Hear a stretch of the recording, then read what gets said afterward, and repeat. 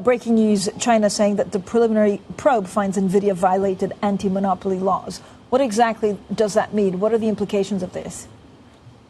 I think the timing of this is not coincidental. The Chinese have launched two investigations over the weekend looking at the semiconductor sector. They've also just announcing this Nvidia news as I came on to air. So it's very unclear what this is actually going to mean for Nvidia.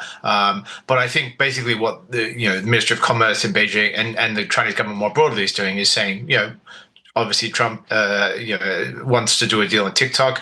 We also have these various tools in our arsenal that we can threaten US semiconductor companies and also Taiwanese companies like Nvidia. You should, the US should be trying to make a deal with us in Madrid on what is being negotiated there right now. Obviously, you're seeing it's much broader than the semiconductor sector, though. China has made no purchases of soybeans so far this year.